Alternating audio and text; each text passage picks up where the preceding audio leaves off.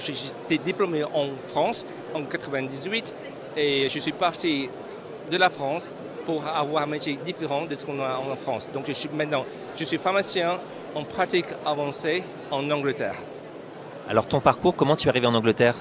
Mon parcours, donc après avoir eu mon diplôme, j'ai fait mon service militaire, donc je suis assez vieux, et j'ai pris l'Eurostar, je suis parti, parce que les employeurs en Angleterre, ils ont commencé à recruter des pharmaciens français, et j'ai saisi cette opportunité pour avoir une autre aventure.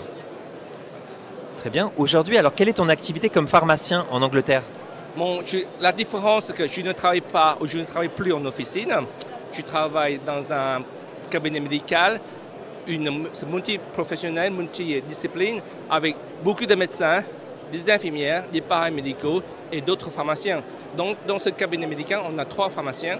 Moi, je suis le pharmacien senior ou en pratique avancée. On a d'autres pharmaciens qui font d'autres activités aussi. Et ma journée, ce que je fais, c'est que, par exemple, vous êtes un patient, le matin, vous téléphonez au cabinet médical, vous dites j'ai mal à la tête, j'ai un mal au ventre. Donc, en fonction des disponibilités des gens, des cliniciens, ce même patient peut aller voir un médecin ou moi en tant que pharmacien en pratique avancée et faire une consultation avec moi. Alors une consultation, ça veut dire aussi donc une prescription derrière? Oui, une consultation, donc je prends un historique, j'évalue le patient, je fais un examen clinique, je pose un diagnostic différentiel, je fais une prescription, une ordonnance, et s'il le faut, je peux prescrire des bilans sanguins, un bilan de radio par exemple. Tout ce que le médecin peut faire, je peux le faire aussi. Est-ce que ça veut dire que tu as été formé pour ça? Oui, la formation est très importante. Donc en ce moment, je fais un master de pratique clinique avancée, c'est 3 ans. Et j'ai eu, donc pour prescrire, j'ai fait un diplôme universitaire de droit de prescription aussi. Voilà. Toutes les formations sont là, elles sont gratuites, elles sont subventionnées par l'État parce que l'État veut ces pharmaciens de pratique avancée. Donc tu es formé, tu as des spécialisations ou tu peux gérer toutes les situations cliniques? On travaille toujours dans nos compétences et ça c'est valable pour les médecins aussi. Quand on fait son droit de prescription, on choisit une spécialité dans la prescription. J'ai commencé par l'asthme et au fur et à mesure des années, j'ai élargi dans l'alimentation artérielle, le diabète, la dépression, la douleur. Donc maintenant, en fait, je peux prescrire dans tous les domaines. Donc tes spécialisations, tu parles de l'asthme et donc ça va au-delà maintenant?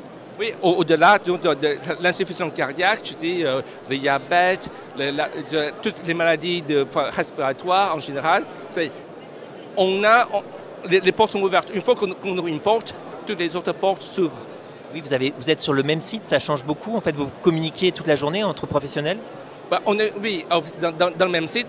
Quand je dis on travaille dans nos compétences, si à un moment je suis coincé, je ne sais pas quoi faire, je vais aller demander un conseil à un médecin ou à une infirmière et vice-versa. Si le médecin, dans ses compétences de prescription, de la connaissance du médicament, il ne sait pas quoi prescrire, il vient me voir et demander conseil.